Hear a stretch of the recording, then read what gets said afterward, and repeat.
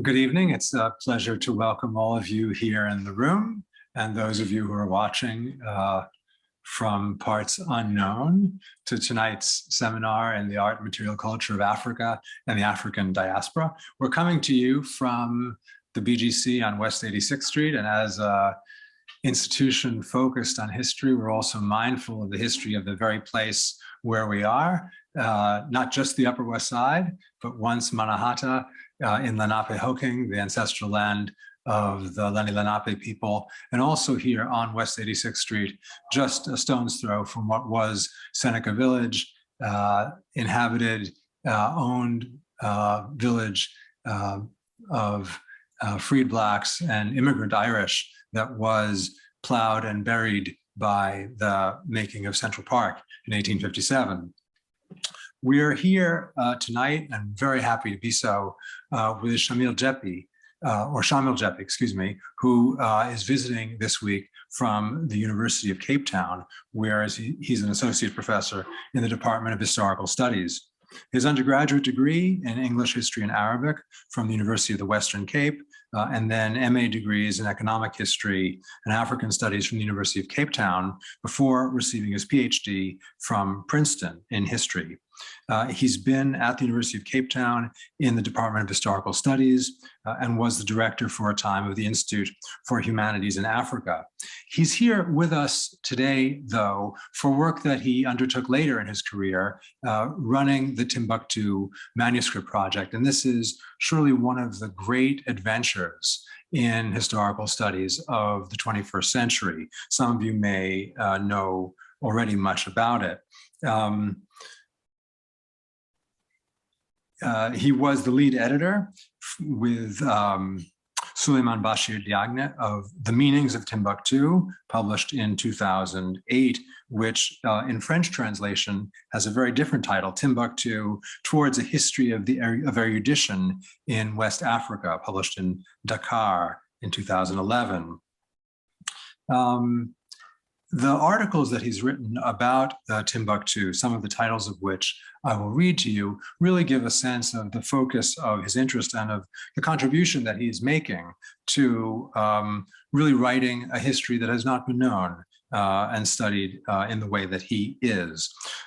Just some titles: Writing Books in Africa in History and Theory, 2014. A Timbuktu Bibliophile Between the Mediterranean and the Sahel, Ahmad Bul-Araf, and the Circulation of Books in the First Half of the 20th Century in the Journal of North African Studies. Calligraphic Africa, Notes Toward the Location of Philology in Africa, published in Philological Encounters in 2016.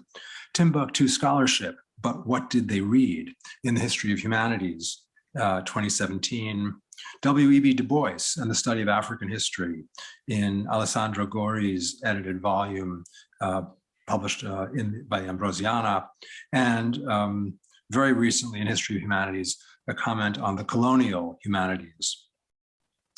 Two more book titles, article titles from chapters of books: Making Book History in Timbuktu, published in Johnson and Davis Debates in African Book History, 2015, and A Timbuktu Manual of Style in a volume entitled The Arts and Crafts of Literacy in Sub-Saharan Africa.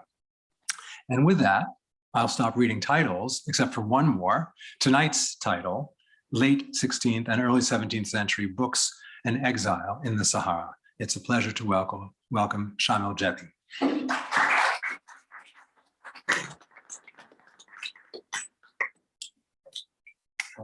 Thank you, Peter, for that very generous introduction.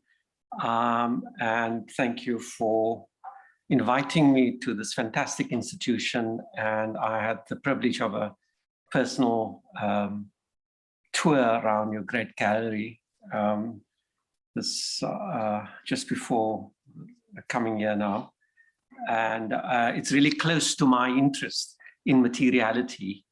I've been going to Timbuktu for many, many years, and I've been struck by these manuscripts as things and seeing them as bodies of collections of material in a physical space, and wondering how they got there, how they moved, what value and meaning they have. Because for most part,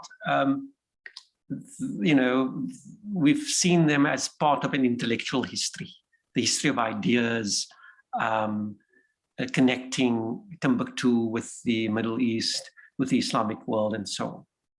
So I feel very at home with people working on materiality and ideas. So let me get started. And I'm very bad at these things, but I hope this works out. And so this is a very famous map by Cresques, which I had a discussion about with a colleague now. It's an absolutely fantastic map. One of the first, probably the first map, not the best image there, but that mentions Timbuktu from about 1375, thereabouts. And you'll see there's this thing. I just tried to, but it's around this figure. You can see Timbuktu there. I don't know if this is always something happens. Maybe the battery's flat here. Anyway, just to give you some orientation, but what I'm going to talk about is not to go that far back.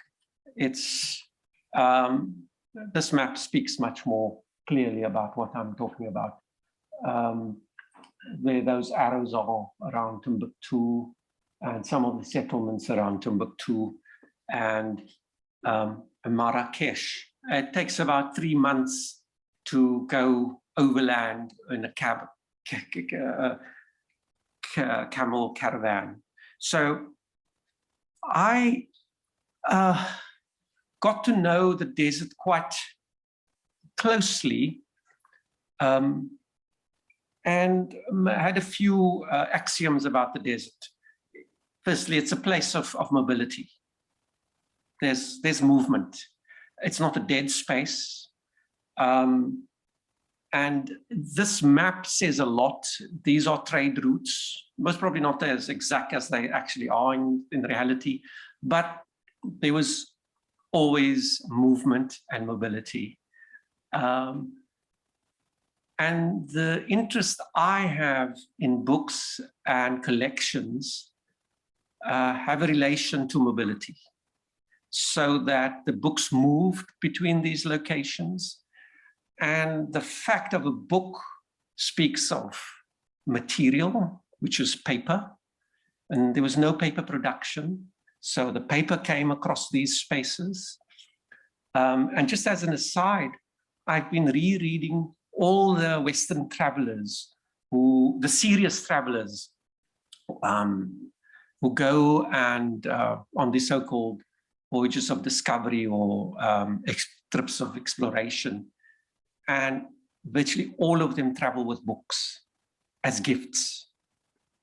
And when they come into the desert, they, in fact, a traveler like Barth in the 1850s, he discovers books in the Latin script at places. And I trace them back to other travelers who traveled with books. So books as part of this field of mobility and the paper itself, because you're dealing with a space of nomadism. But what struck me when I was working on one scholar in this book I'm writing, pulling together all these articles that I've been working on, is that there was also forced migration. There was also exile. There was political power and politics and exercise of violence that forced scholars to move. And that's what I'm going to talk about in a moment. So this is how I'm going to proceed. Sorry, I think I missed one image there. Yeah. So I've said something about the desert and mobility. It's tough, but people move. And they move with things. In fact, let me just show you one of the things they move with. One of the things very important in the desert is salt. Those are bars of salt. And that's still the way you buy salt in the market in Timbuktu. And they can weigh tens and tens of kilos. And in fact, it would be interesting to do a project just on all these things that move and that have moved and that appear in some of the manuscripts. But salt is a key product that moved through the desert. So then the most important and significant turning point in Timbuktu that affected scholarly mobility, that affected and forced mobility, was a conquest out of Marrakesh. And the scholar I'll be focusing on was called Ahmad Baba, but he was not the only scholar who was forced to move from Timbuktu. A number of scholars were forced out of Timbuktu by the conquering forces that had come from Marrakesh. So let me say some more about this movement, but that's the structure of what I'm going to talk about. I'll get back to that again. So the focus will be on one scholar, but he was not the only scholar who moved out and was forced into exile. So Ahmad Baba was born in Timbuktu in 1556.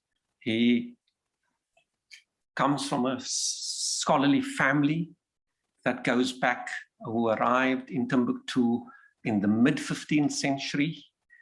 His father was a scholar, and his father had gone on the pilgrimage around the time of his birth. And he studied under his father and his uncle, and he had one other teacher.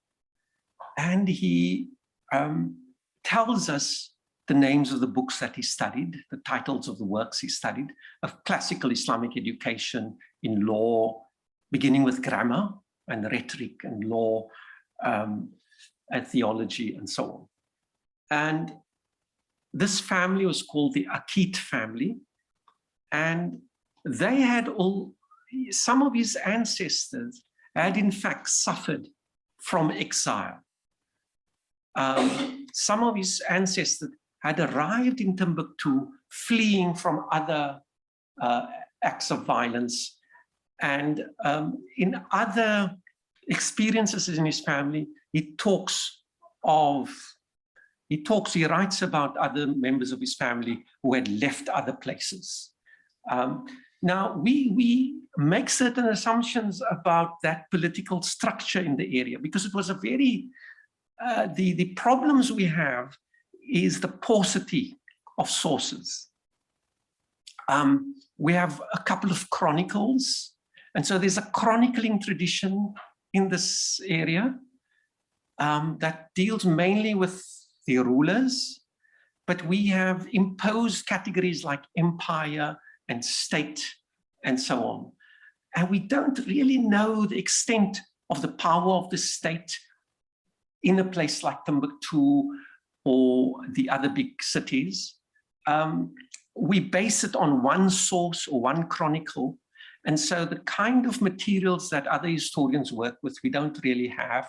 We don't have a kind of chancery records from within the state structure. We have a chronicle written, 100 or 200 years after the events and so on. So it's a big issue. I mean, it's been useful to get an idea and a sense of the political structures, but I tend to use terms like empire or state with some reserve. In any case, it was not anarchy. It was not these spaces. There were moments of overarching authority, but it was rather light in places. Timbuktu, for instance, by consensus, scholarly consensus, we now seem to think it had very little interference. There was very little interference from the political authorities. And key moments there were, such as in 1591, when the rulers from Marrakesh sent out an invading army to take not Timbuktu firstly, but Gao, which was the capital of the Songhai, let's call it state, okay? So in 1591, you have that. Now it's quite amazing, coming from Marrakesh overland to take this. Now, let me say something. So you have the Akid family, Ahmad Baba, scholarly family going about their duties, teaching, creating a scholarly culture in Timbuktu. And then you have in 1591, this movement that focuses on Gao, and they overthrow the rulers in Gao and take back slaves and demand gold. They don't get what they want. And then later on, they focus on Timbuktu. And there's resistance in Timbuktu. According to the Chronicles, the people in Timbuktu resist them and the scholars resist them. And ultimately, they take the scholars. In 1593, Ahmad Baba and other scholars are deported.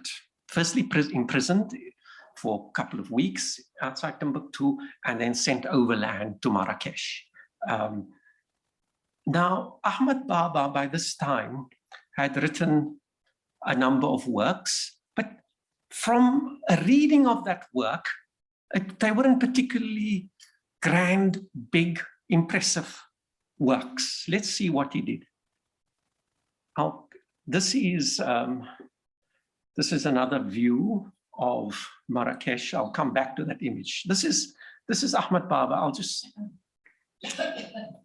By the time of his deportation or exile, he had written 12 works, grammar, summaries of legal works, nothing of a great renown, basically sort of apprenticeship type works.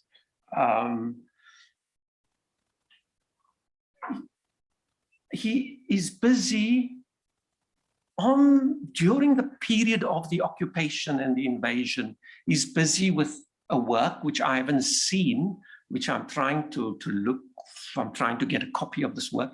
It's a philosophical work on intention, on what is intention. It's a very big thing in Islamic theology and philosophy, on the nature of intentionality. Should it be verbal? Should it, will you be judged by an action if you had intended it or not?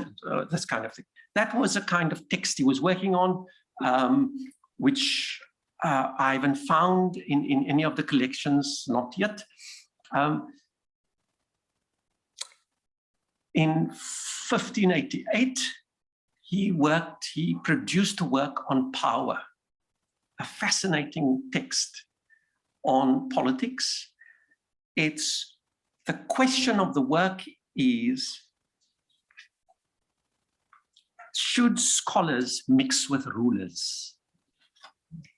I'll get you the title.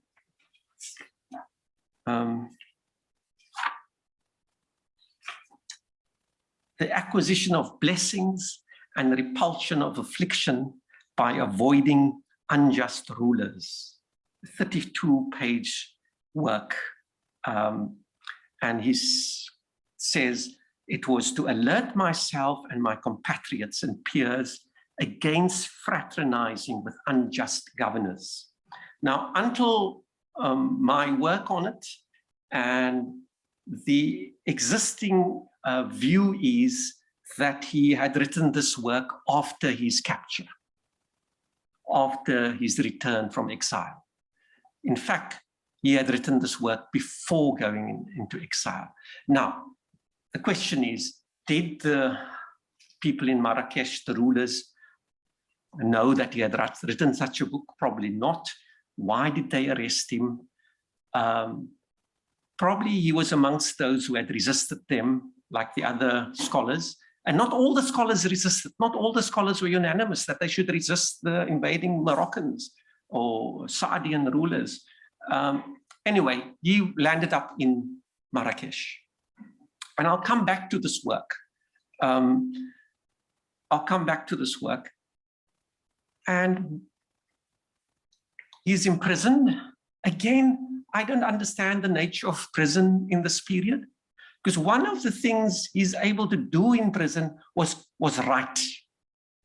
He says that in prison, he was some kind-hearted person gave him paper.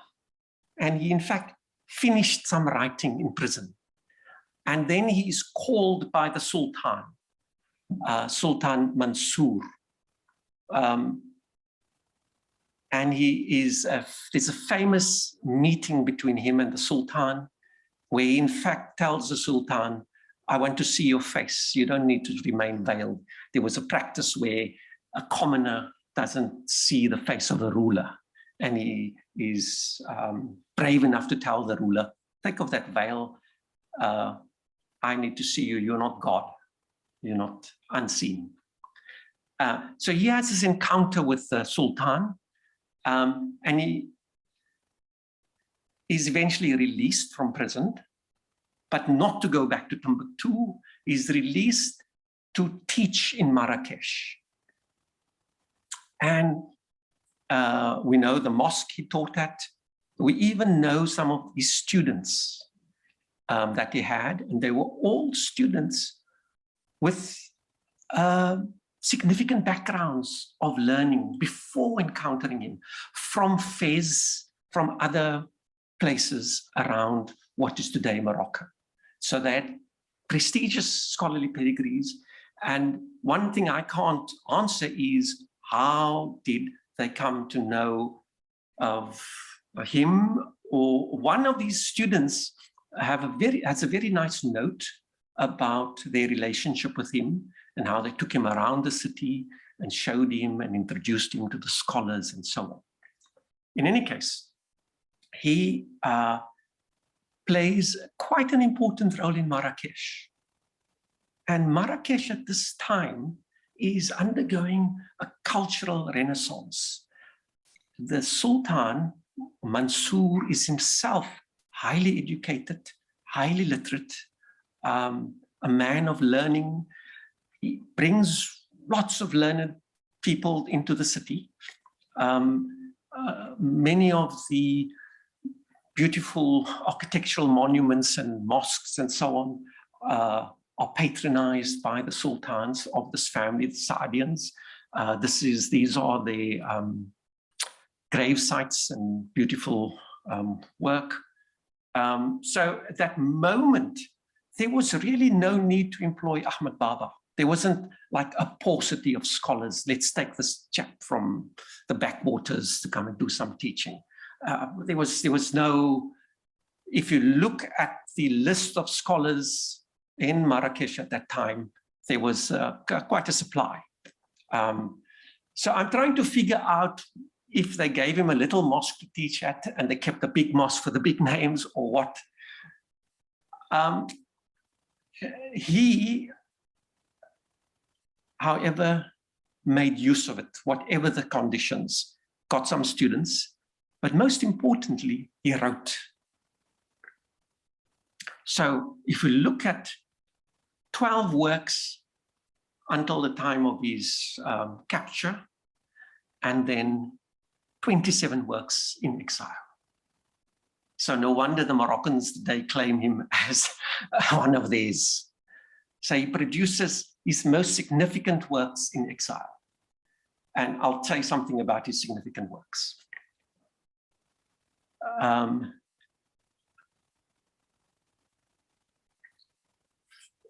2 years into his exile, he produces his most famous work, a work called Nail al-Ibtihaj, which is a biographical dictionary.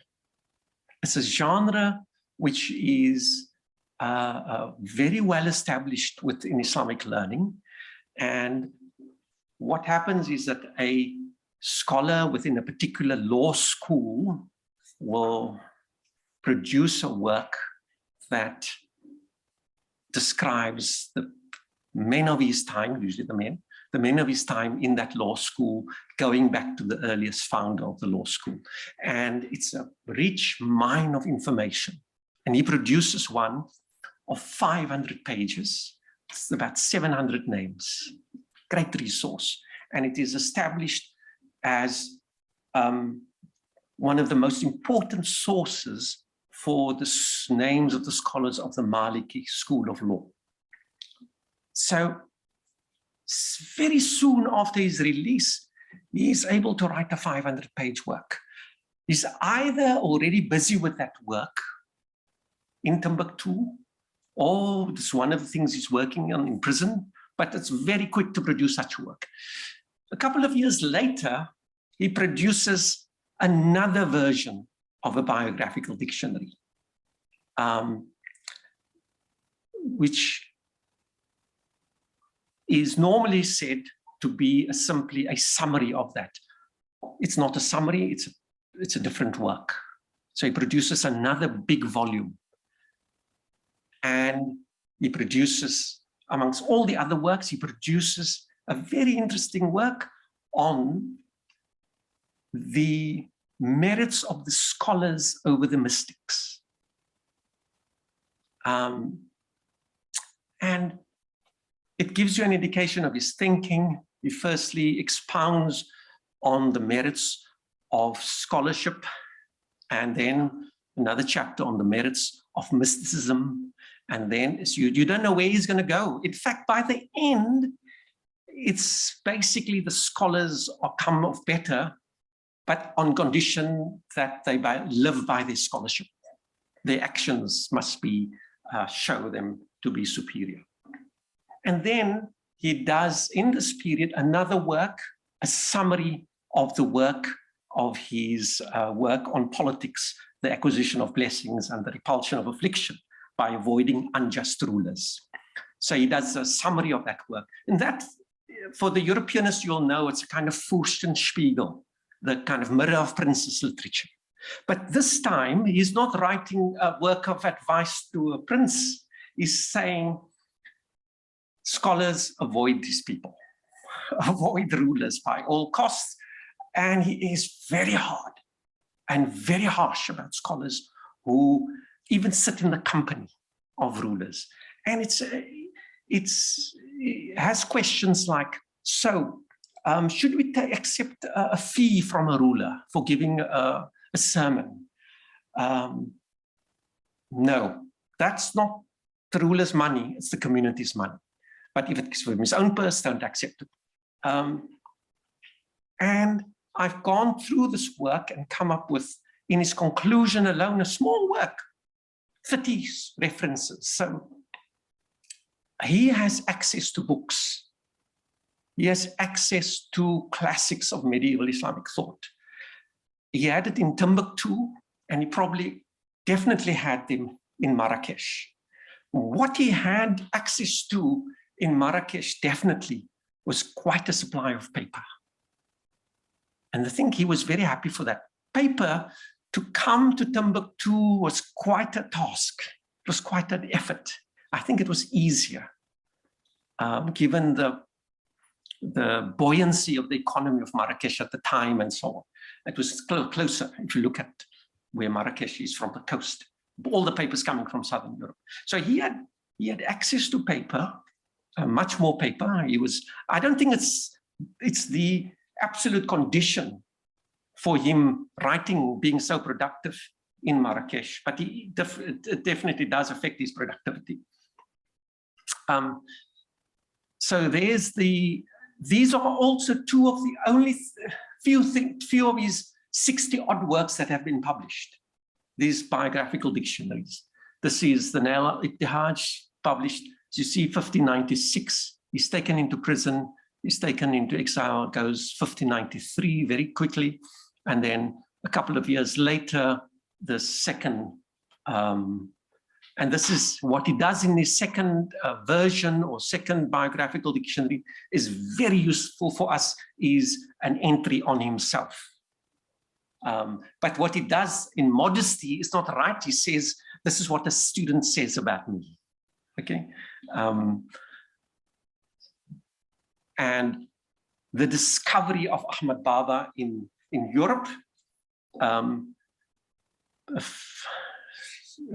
Algiers, a French Orientalist does a short summary of the Biographical Dictionary in 1853, and a manuscript copy of the dictionary in the Bibliothèque Nationale de France of 1857, which is a copy, it's not Ahmad Baba's hand. Okay.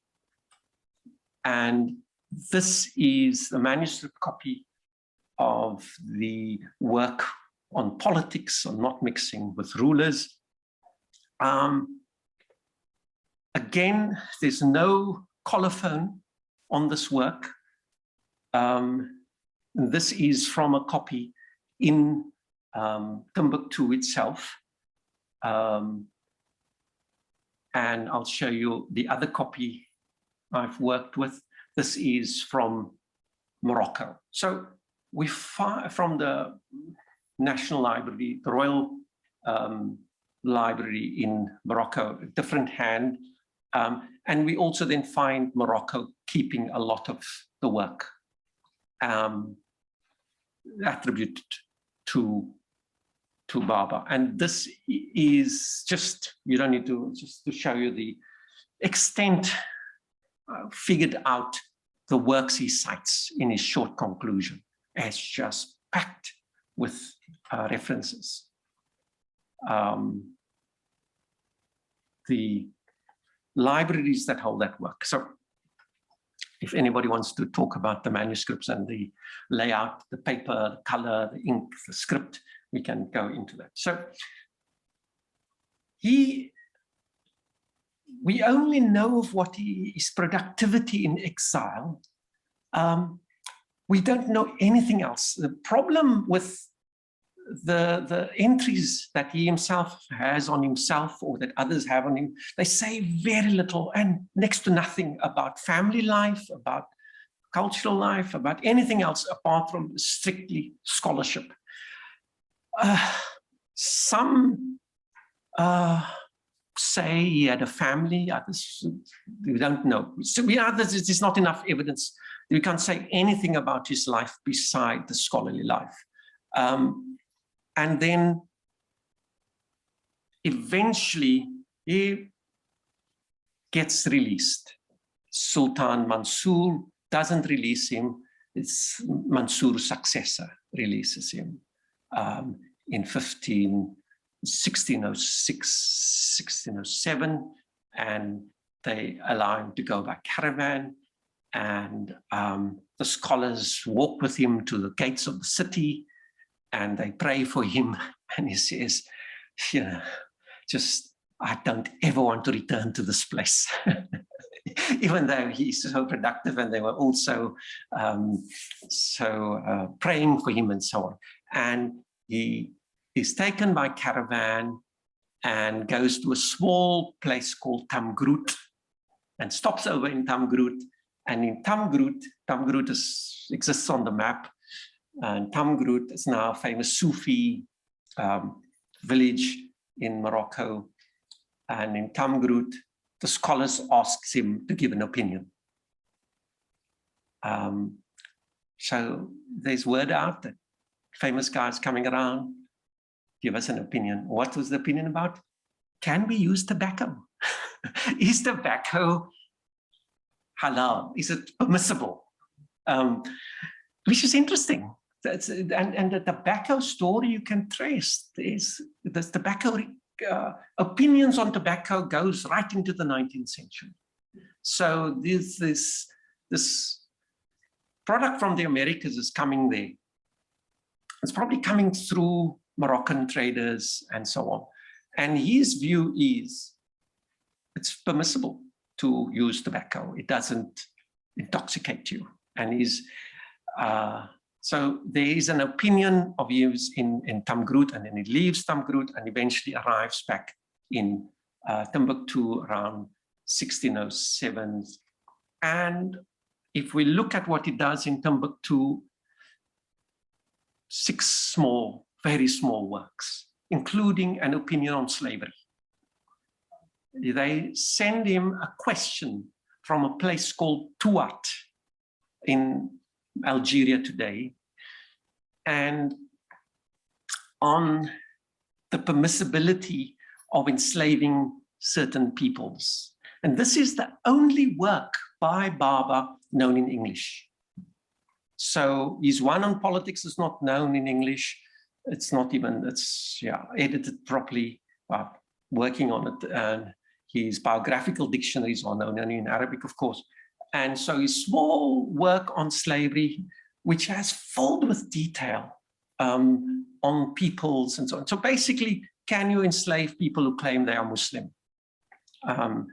It's an extremely well-known piece of work, but it's not the only thing that he writes.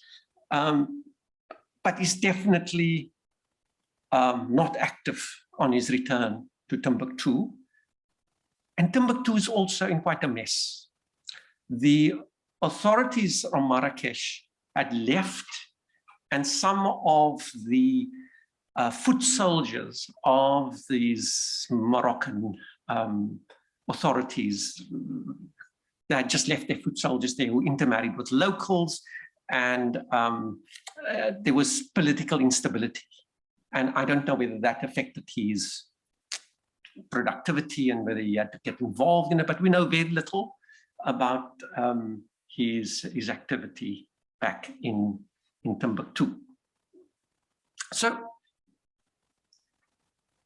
one of his students is the most famous chronicler of Timbuktu, and he produces this book which we use so much for writing the political history of this region, called the Tarikh al-Sudan, or the Chronicle of the Sudan. Abdurrahman as-Sa'di, who was a student of Baba in that period in his return, and was in the employ of these descendants of the occupiers in Timbuktu. So I don't know how much time I have left. I'll just wrap up in the next 5 minutes or so. Yeah.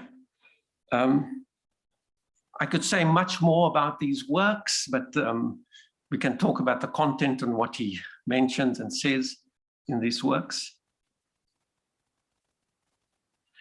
I just want to, this is a bit esoteric here, but tracing his work in the libraries,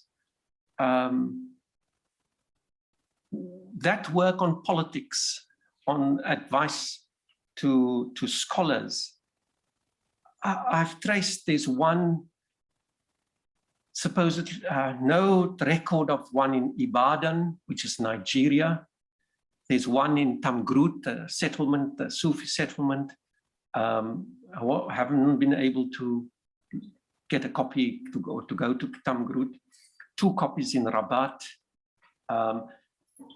1 copy in Timbuktu. We find with his work, this is the kind of spread, 4 to 6 copies identified, whether they are there or not. In other words, it does give you an indication of the spread. The problem in trying to work with a manuscript culture is very different to book history, because books get printed, circulated, you can see how widely a book is used or so on, but the manuscript, you don't know. It's one manuscript, how many copies, when the copies were made. Often there are no colophons. The codicological sort of exactness of some of the stuff is not very good. You don't know when the copies were made, the script or the marginalia is not described well enough, or the paper is not identified. And in Timbuktu, a lot of the copies are not from the quote-unquote original period, because they are copied as a way of conserving an earlier text that was going into disrepair. Okay, so let me just conclude here. So what we C for that region is mobility and movement as part of the rhythms. And what I didn't say in the beginning was education was mobile. There were many of the nomadic groups continued to educate. It didn't mean having a village, a hamlet, or a town to educate your children. And some of the big scholars from the 19th century, there are some of them who composed on camelback. And so sedentariness in education is not to be assumed. Sedentariness, it was part of the way of life to move, and education went on. And the children's education obviously was on those wooden boards, and those wooden boards were washed off. All you need was a wooden board. Ink you can make with coal, or all sorts of ways to make the ink, and have a reed pen, and you make your lessons and wash it off, and you continue to write new lessons. And memorization was crucial in the basic education. Lots of memorization. And that's why my question about the sources that he quotes from, and when I look at some of the sources he quotes from, is it books that they had memorized? So embodiment of knowledge was crucial. I don't want to put too much store by it, because the embodiment is, has become kind of cool thing to talk about. But which text do you memorize? Which text do you give significance to? Obviously, this is the Quran, which they memorize. In fact, the Quran is hardly present in these collections. You seldom find a Quran. Quran is memorized, and you pay a lot of money for the best calligrapher in Marrakesh or something to do the Quran and have embossed gold and stuff like that. But very few copies of the Quran around. It's other texts, and texts to argue is to argue and to make a point with. Okay, so we know Ahmad Baba, we know about him because he says something about himself, and he had students. And his students from Marrakesh write about him. He didn't seem to have students in Timbuktu. In his first phase, he was still young. He was still, he was 30s, but we don't know if he had students in Timbuktu. He has some students in Timbuktu later on his return, but not many. So in fact, he makes his name in exile. He makes his name in exile, both as a writer and as a teacher. And very importantly, he tells us when he leaves Marrakesh, he says, you not only took me, but you took my library of 1,600 books. And that's amazing. I don't know whether he came back with the books, but that's the other aspect of mobility. Books moved, but we have these amazing stories of book theft in the Sahara, of book pillaging, such as in this case, the Spanish did it to the Moroccans. The basis of the library, of the Escorial Library, of the Royal Library in Madrid, is a collection that was shipped off from Morocco, from outside Marrakesh. And then, of course, we know what happened with the French in the 19th century, late 19th century. Libraries just shipped off. So there's a long history of mobility, people taking books, sending books, but there's also books theft, book pillaging, displacement of collections, and so on. And I always say there were other things that went with the people. And so in Timbuktu is only a symbol and an icon of a much larger and network system of learning in that region. If you go virtually every hamlet or settlement, there are books and book collections. I can mention these places which may, Arawan, Bush Bay, Tuat, some of them are more well-known than others, but they are collections, family collections, and mostly they were family collections in all these settlements, right down into northern Nigeria, and all over the place. And some of them were hidden buried under sand for a long time. So I hope I've shed some light on the topic of exile and books in the Sahara. And I'm happy to answer your questions. Thank you so much.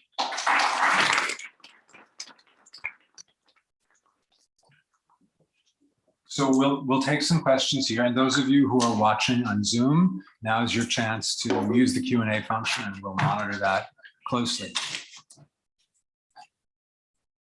While questions are brewing, I'd like to ask a very particular one, and that is, in the biographical dictionaries, can one call out a contemporary network of his own contacts? Yes.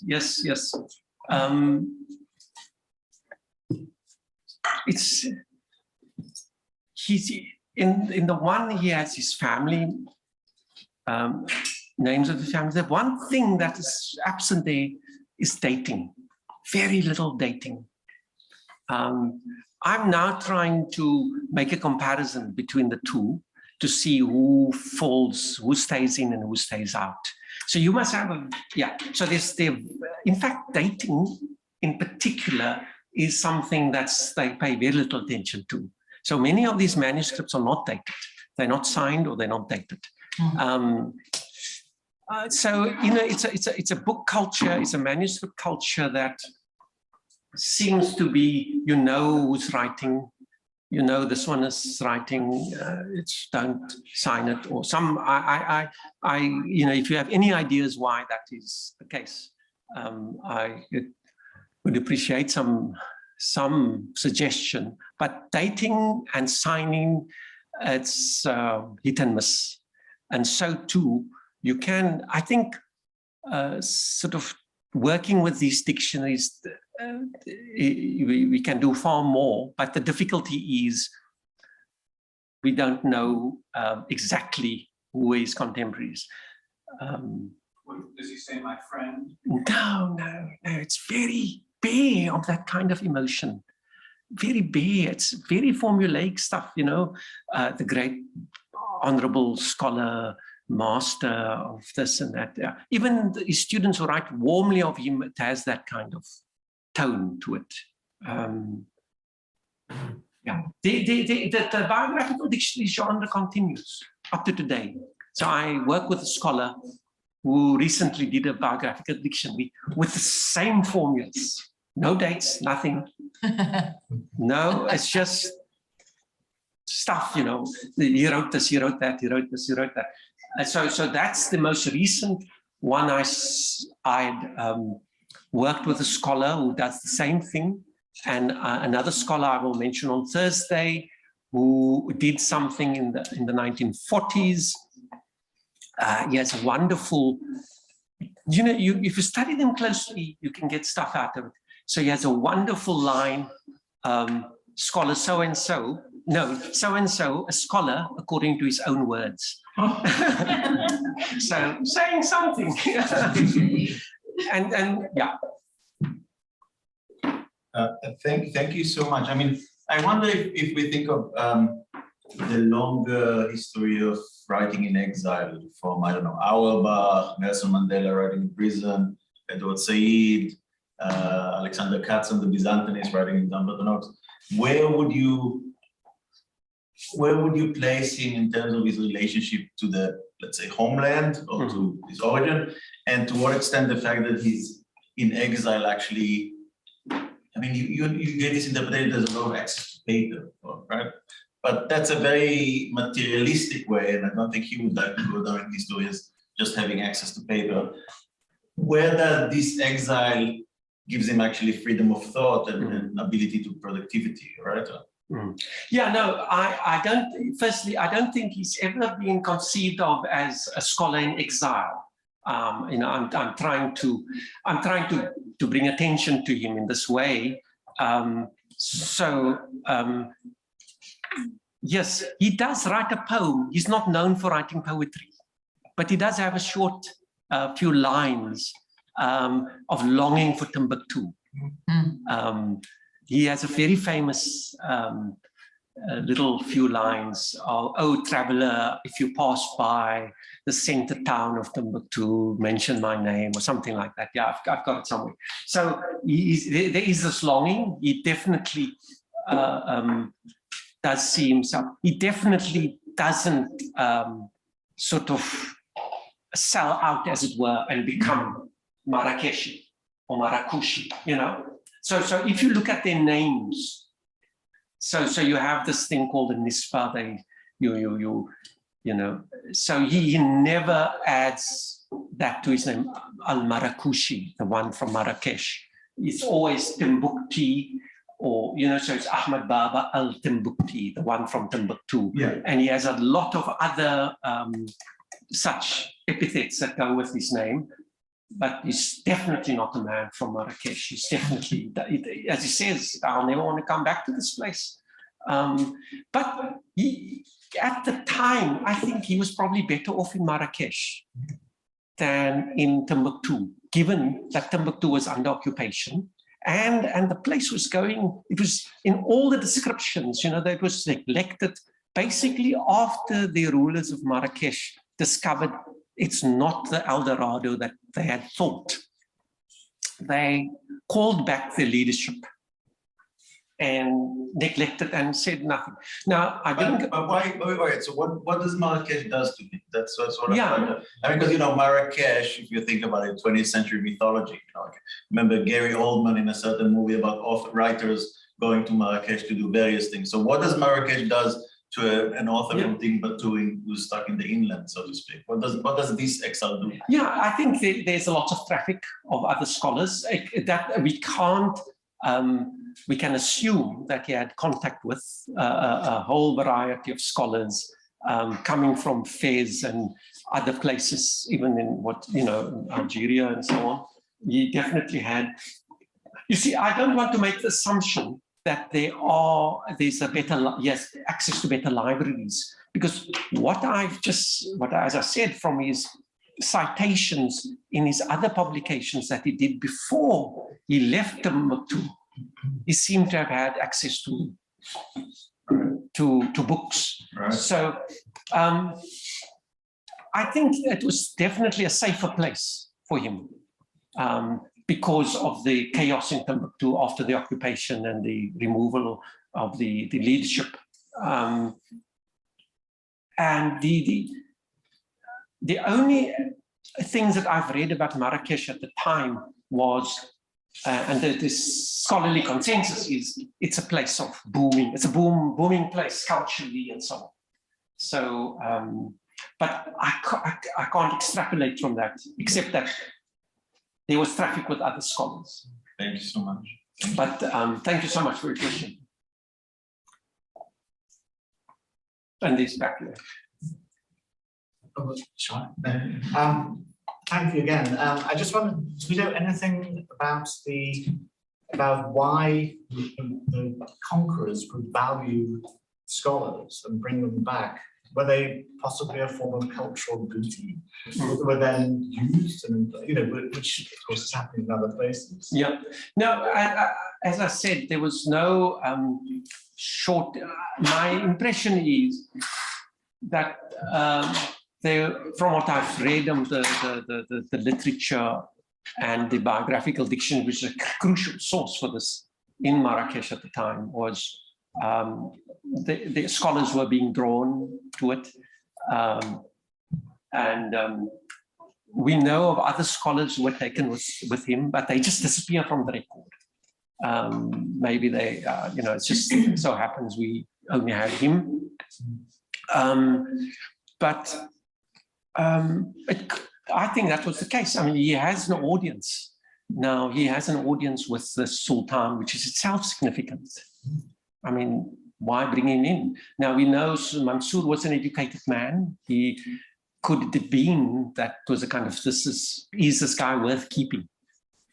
Is he worth keeping? Is he worth holding on to? That could have been the case. Yeah, so it could have been a kind of cultural booty. Yeah, thank you very much. So just when you say books, you mean manuscripts? Yeah, yeah. And second, just to clarify, that's what I thought, but just making sure. So when you said he had 1,600 books, so do we know for sure that none of those were printed books from Western Europe? Yeah. No, they were all they were all manuscripts. Yeah. The thing is, the category of book. What the word, they use a series of terms for it. So it's kitab, and you have risala, which is like an epistle, short text. I don't know. At that time,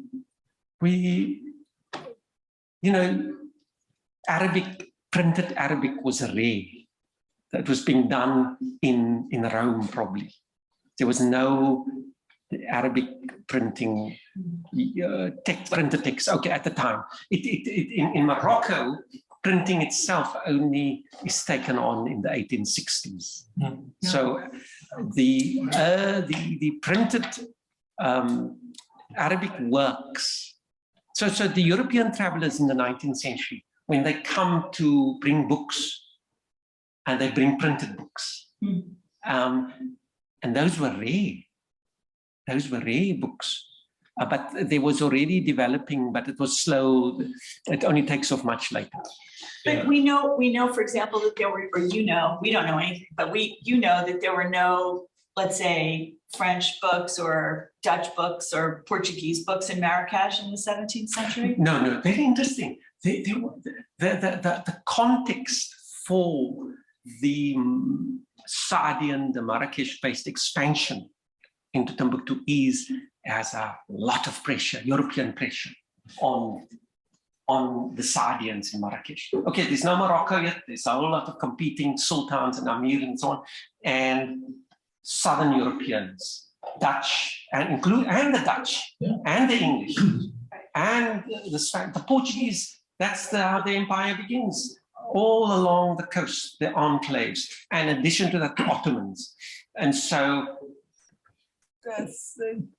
some of the observations on what's happening in Marrakesh at this time are coming from European observers who are there for European companies.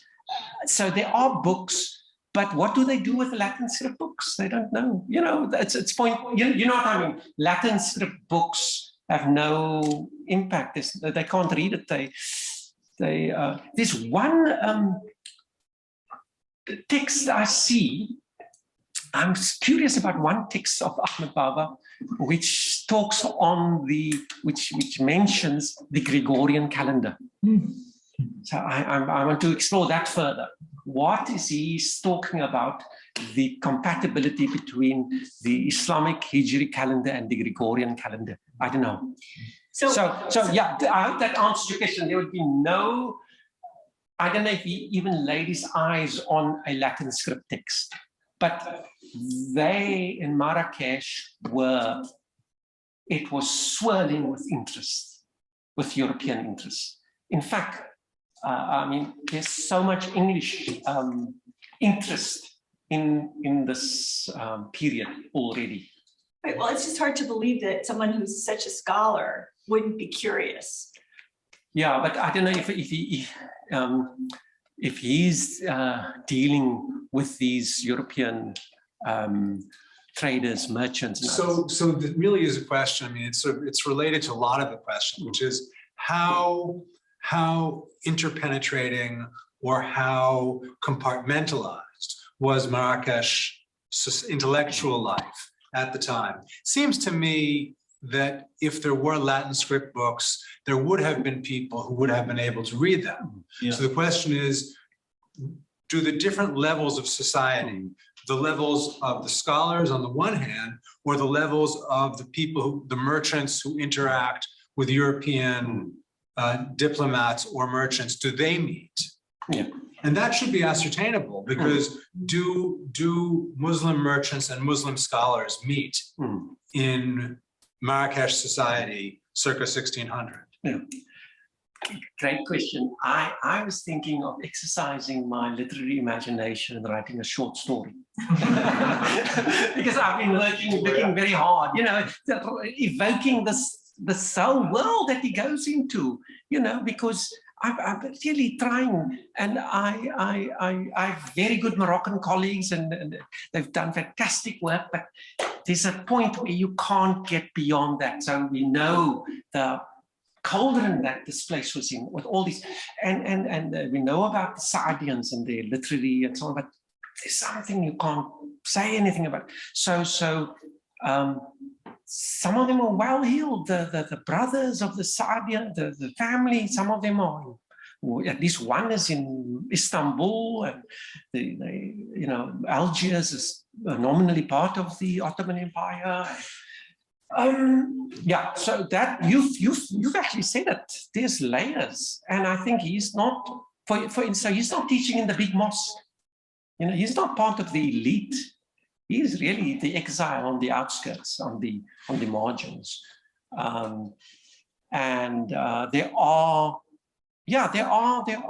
Moroccan and diplomatic missions who are going to England. They're going to England. I mean, later on, the first country to recognize the independent republic of this country. So no, I can't go beyond that. My conservatism as an historian. Drew. Yeah, and behind you as well. So, yeah. Yeah, I was just wondering, could you tell us how about the bookmaking process? Like, how long did it take to actually make a book? Because they seem prolific, yet at the same time, it strikes me it takes a long time to make a book. So I was just wondering how that worked in relation to that. As well as I was just thinking about this idea of exile, but also this idea of the Sahara. So I was just wondering if you could also comment on how the books or the works that are then produced create a geography or an imagination around the Sahara, and how far that went. Yeah. Okay, thank you. Those are all questions that I play around with, and how, firstly, you sit on the floor. It's sand. It's you find a stable surface. I don't know what you hold. There's no evidence of a small desk or a hard. You need a hard, stable, flat surface. So you keep your paper there. We do know about a thing called a mastara, that's a board with string that you put your paper on and create a lined, embossed sort of, so you have a sense of which way to go, keep straight lines. I don't know how long it is to create, to work on a text, so that, you know, I seem to think what he's doing is he's rewriting a lot, as if he's doing editions or sort of drafts. Now, on Thursday, I'm working on a 20th century scholar, early 20th century scholar, who does a biographical dictionary. And I've been able to trace his research process and his drafting process, because his stuff is around. So he writes an entry. He got all the pages, name, gap, name, gap. And then I found sort of correspondence about a figure that eventually will go fill up that gap. So I've been able with this guy in the early 20th century to figure out his research process, his drafting process, and then ultimately how it looked at the end. We have nothing of this. We seem to have a final manuscript book at the end, or epistle. Now, from other writers around this time, there seems to be a lot of just writing in any order whatsoever. There's a lot of these kind of omnibus text of everything going into it. Everything. You just put down everything. And there's no, this is from the early 19th century up to the 1920s, that the stuff that I've looked at, there are these writers who are doing this kind of thing. As if it's a kind of your notebook, you just put in everything, and the next phase would be to organize it in thematically. I can give you names and titles of this kind of thing, but I can't tell you his stuff. The edited versions, at least the edited version of the biographical dictionaries, are pretty organized, very systematic, and so on.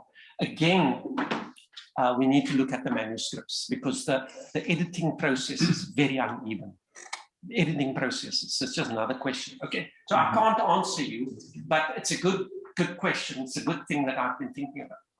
There's a question at the back. I don't know if you've seen it. Do we know in what city or town he ended and at what age? Excuse me? How old was he when he passed, and in what town was he? Yeah, so if you take 1556, he died in 1627 in Timbuktu. Which would make him how old? I'm bad at math. 60-something. 60-something. Yeah, Thank you. 60-something, late 60s. Lisa. Thank you so much for the fascinating talk. I was wondering, all the manuscripts, it seems there were Chronicle, and we had state structures, we had struggle and battle, whatever, violence between the states, and you know very well Ranke and in Europe, and the idea that history was only in Europe or in the Western world where is history, because there was a struggle and a battle between the states, and only through the struggle was possible to have a history. So it seems that the Arabic manuscripts describes in the Chronicles struggles and states, and how was it possible in the middle of a 19th century that European historians weren't aware about that. So that's a question about the circulation of the knowledge, of the amnesia, or I don't know, whatever you want to call that. And another little question about the datation of the manuscript. I mean, in Europe, there was the paleography, and I was wondering if the material of a paper, but much more the forms of the letters, could help in dating the manuscripts, if we have something similar. So firstly, I think we you know, the unfortunate statements of Hegel around Africa in his philosophy of history.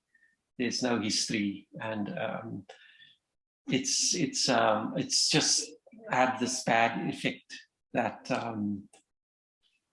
there was no history, and it persisted for a long time into the 60s. You know, that there was no writing, there was no history, and as I said, as I showed you, Ahmad Baba's Biographical Dictionary finds a sort of summary in the mid-19th century. There is a European traveler to Timbuktu in the 1550s, Leo Africanus. And Leo Africanus makes some pertinent observations about the value of books in Timbuktu. He says it's the most valuable thing in Timbuktu. And his text, of course, is written many, many years. He goes there, he actually goes there in 1506, 1508, but his text is only published in 1550. And he writes it on commission for the Pope, Pope Leo. And then, so there must be a sense that and there's no need for him to lie about this, you know. And again, there are the travelers who go into the interior, and they see this. I mean, in the 19th century, when Barth, the most significant traveler, the most educated traveler in New Arabic, he's talking about Hippocrates. He's talking about you know, very cultivated things with the local scholars, and he says, if we only knew the importance of exchanging books with these people, what it would be for relationships with them. And before him also, earlier travelers taking books, as I said. So we've had knowledge, there were people who knew it. I mean, I think ultimately when it came down to it, it was the power of superior weapons to beat and to conquer and to see what we can get in terms of wealth and material goods and so on. And it came down to pure, you know, violence that we can exact over these people.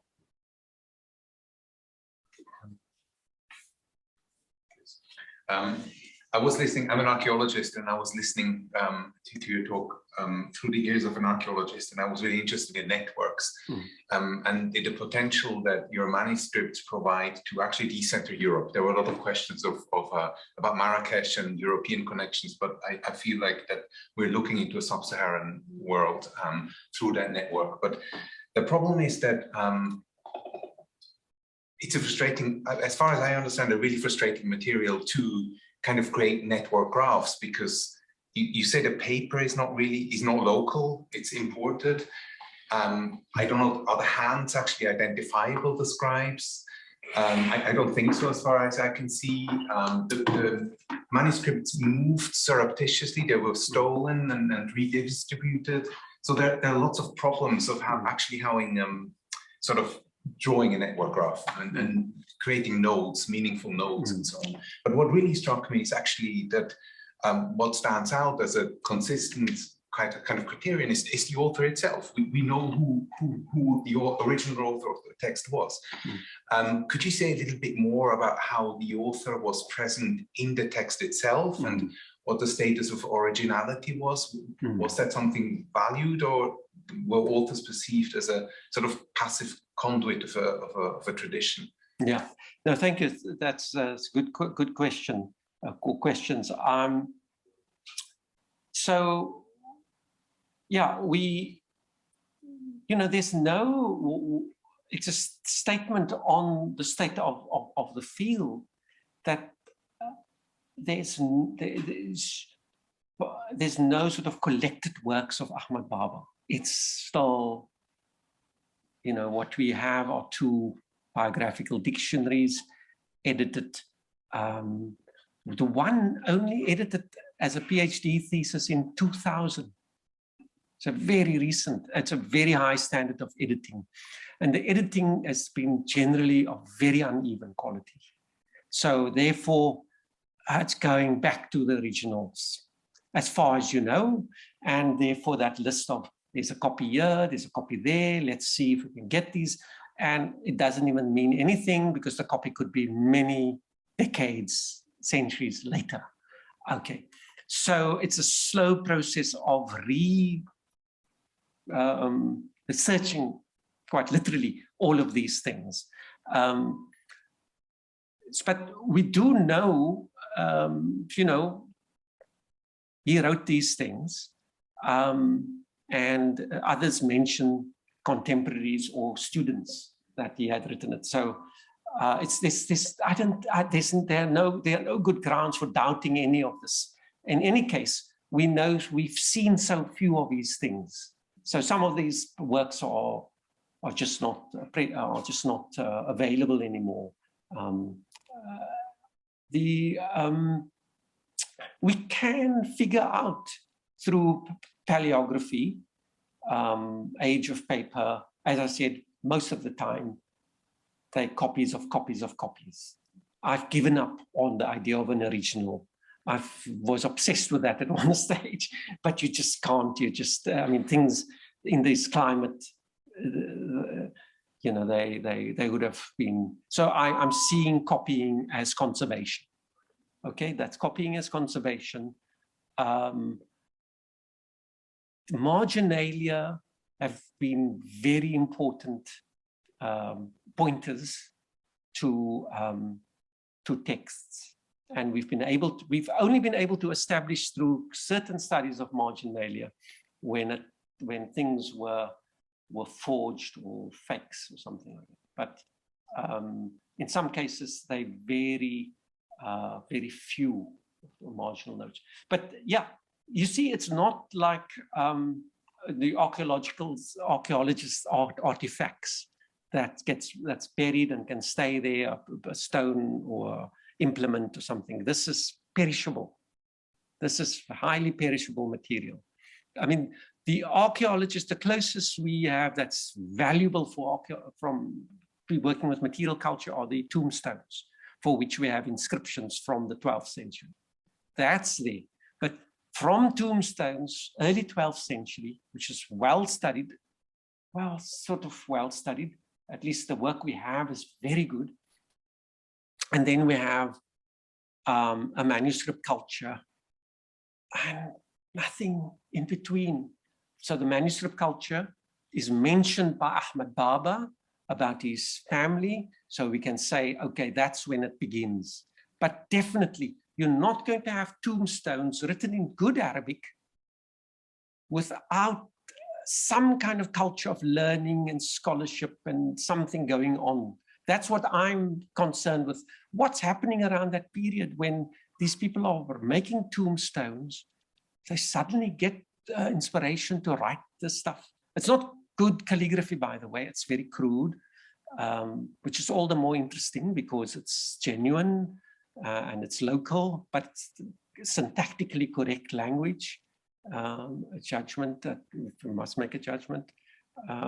So yeah, those are the big gaps we have. But I think what's you make an important point, because I think this is so typical of so much African history, which emerges out of a discourse of anti-colonialism, of nationalism, of trying to say, us too, we also had. And so for a long time, it was at the level of generality. And we can now say, let's put that to rest. We don't need that. Let's try to be really on point and detailed here. And we've, in the last 15 or so years, it's been revising a lot of these massive generalizations, not only against the fact that Africa is not orality and orality, but we also have writing, but also some of the things with regard to identifying places. There's been a lot of revision. So, or chronicles that were misdated and used as contemporary evidence and were totally not the case. So I think in terms of good, solid, rigorous scholarship, and careful scholarship, I think we're revising a lot of the stuff that's making the textbook African history that's still very widely used, kind of. I mean, you see stuff about Timbuktu that just makes you cringe. I mean, that they say, which was sort of good for the ego at one stage, but it's not the case at all. And I think we now at the case can be honest and rigorous about it. Hi, Shamil, thanks. I have a question for verification first. So did you say you wrote a book called Why the Scholars Are Better Than the Mystics? Yes. So then I'm curious, what's the distinction between a scholar and a mystic in this period? Because I think around a similar time in the Indian Ocean world, the scholars were also mystics, like they weren't separated into different categories. So what was the case there? So I have a translation of that work, and Tuhfatul Fudala, and I think I can't recall exactly now. It's I mean, it's the people focusing on spiritual contemplation and that kind of thing, okay, and not writing and not producing knowledge, but getting spiritual elevation and spiritual some mysticism, communing with the divine. A very strong emphasis on that. So that is the purpose of life, is to meet the divine, to see the face of the divine, as they say. So there is a tradition that says writing isn't important. Well, we don't need to write. We don't. So the emphasis is often in Islamic studies, it's a scholarly tradition, people of the book and so on. But there, we know now there's an anti-philological tradition, the anti-scholarly tradition, which is the experiential. And I recall a famous story of Egyptian mystics saying, you know, I don't need to write. Frankly, I'm illiterate.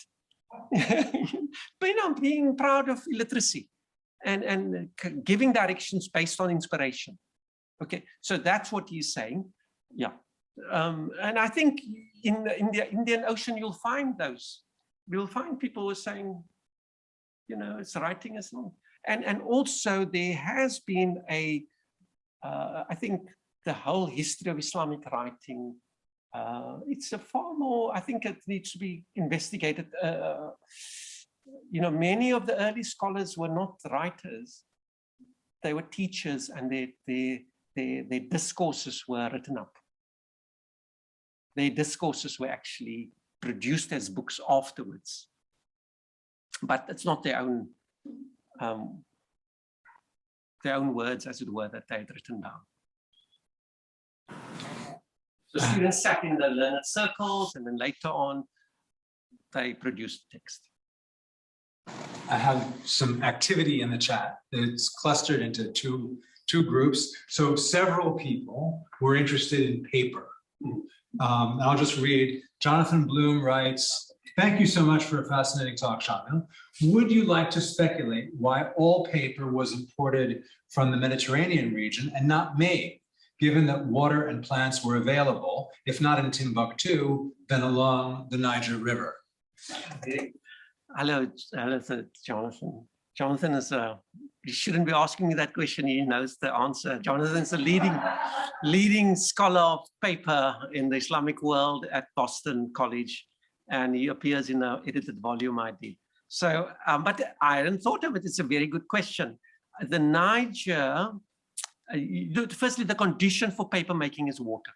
You need lots of water, but I don't know that the kind of, you know, you don't have the kind of plant life that can be converted, you know, like in the pulping, you need to pulp the bark, the inner bark. For instance, the mulberry in the Japanese paper making is the inner bark of the mulberry tree. And yeah, I don't know whether that was experimented with at all. But it's worth thinking with. Stone, you know, talking of supports, there were stones, which was the tombstones, wood, but that was wiped off. And the Niger is about 13, 15 kilometers from Timbuktu. It's quite, it's close enough. And there were, you know, a place to talk about this would be a northern Nigerian place, northern Nigerian town like Kanu, but that isn't by the river, which had a very lively market life demands for things and so on. But even in Kanu, Barth noticed Italian paper. He's in paper with a treloon, watermarks, and he said they were rough and heavy and they were used for wrapping. So yeah, good question. I don't know, but good to hear from Jonathan. And the other question from Marina Rusto. Thank you for this marvelous lecture and fascinating research. Can you talk a bit about the sources that Ahmad Baba used to write his biographical dictionary, both their nature and the location? And she goes on, there's some evidence from 16th century Damascus that registers of hadith sessions may have been archived in mosques and waqfs. could he have had access to these archives? Oh, wow, very learned question. Yeah, now interesting on the concept of waqf on endowment, it doesn't exist in West Africa. There's no trace of it for forever that I know. The word in North Africa is habus, but there's no endowment, and at least there's no discourse about endowments. So these books were not seen as endowments, but inheritance, but could be a version of it. So yeah, coming back to the Biographical Dictionary. No, so the first Biographical Dictionary, Nail al-Ibtihaj, is seen as a supplement to a 14th century, I think it's Ibn Farhoun, who did the first Biographical Dictionary on the Maliki scholars. Ahmad Babat said this is a supplement to his text, and then he takes what is there, and the first version of it, in fact, is written as a text of sort of marginal notes around Ibn Farhoun's work, but he doesn't give us the citations, you know, like he does in his other books. He quotes from them, but the genre of the Biographical Dictionary has not gotten the attention that it deserves. I know of one student at the German university writing and did a global survey of the Biographical Dictionary, and shows when it comes up into prominence and drops and so on and so on. I don't know how far he's gotten, and he's been looking also at the West African Biographical Dictionaries, but there's no evidence for the kind of things that Marina's asking. But thank you, very good question.